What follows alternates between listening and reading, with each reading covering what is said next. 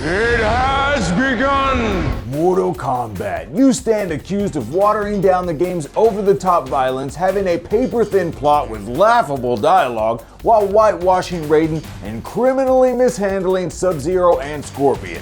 How do you plead? A little guilty, but also not guilty?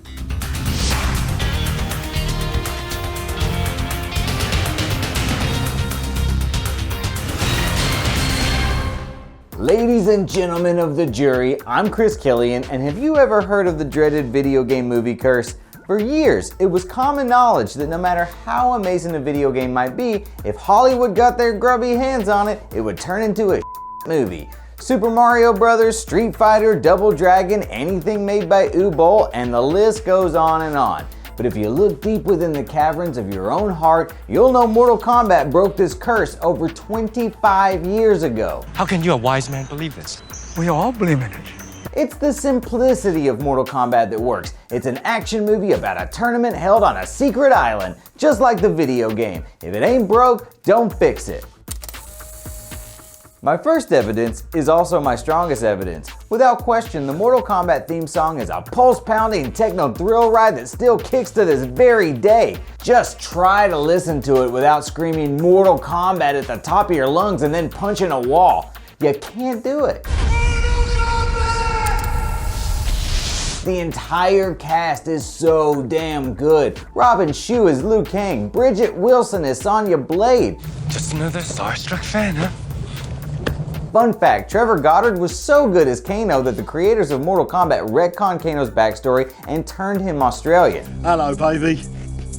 Did you miss me? I bet you thought he was Australian the whole time. Nope. The only thing that would have made this a little wink wink better is if they'd actually cast Jean-Claude Van Damme as Johnny Cage, since that's who Johnny Cage was based on. But Jean-Claude was busy starring in another video game adaptation, and we all know how that turned out.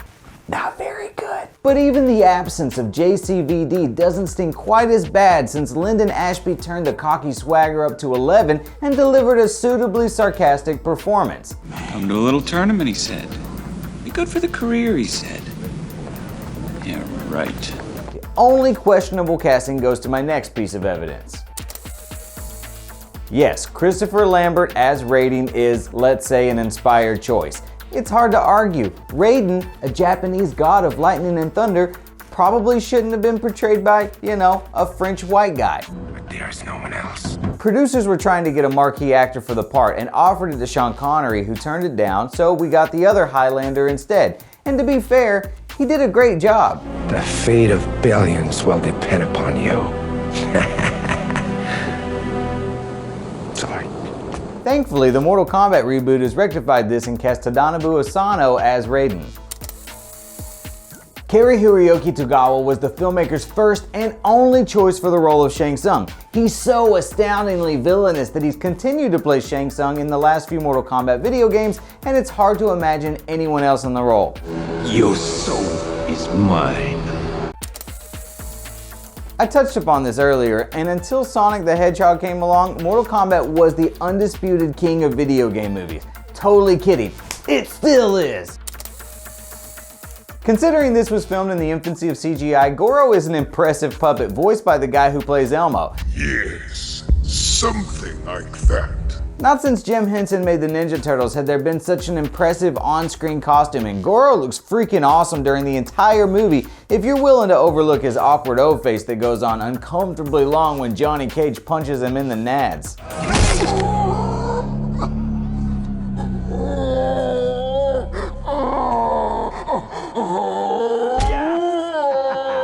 Sorry.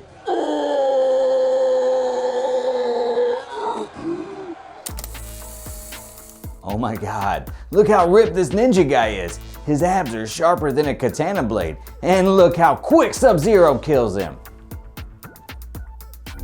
Flawless victory. Super Mario Bros. Is fun in a so bad it's good kind of way, but it changed literally everything from the game. Very few movies have been this faithful to their source material. I mean, check out these catchphrases. Get over here! Fatality. Finish him quickly. Plus, it even included a blink and you'll miss it cameo from Jax and classic moves like Liu Kang's bicycle kick or Scorpion's toasty fatality. Even the stuff the movie changes for storyline purposes at least sort of tries to explain why. Scorpion and Sub-Zero. Deadliest of enemies, but slaves under my power. Look, it's been like 25 years. Sometimes things don't hold up. The CGI leaves little to be desired, especially anything involving the reptile statue or Scorpion's weird living snake thing that comes out of his hand, but the sets themselves are appropriately atmospheric and creepy, feeling like they could belong on an island owned by Dana White. While you're at it, why don't you call my agent?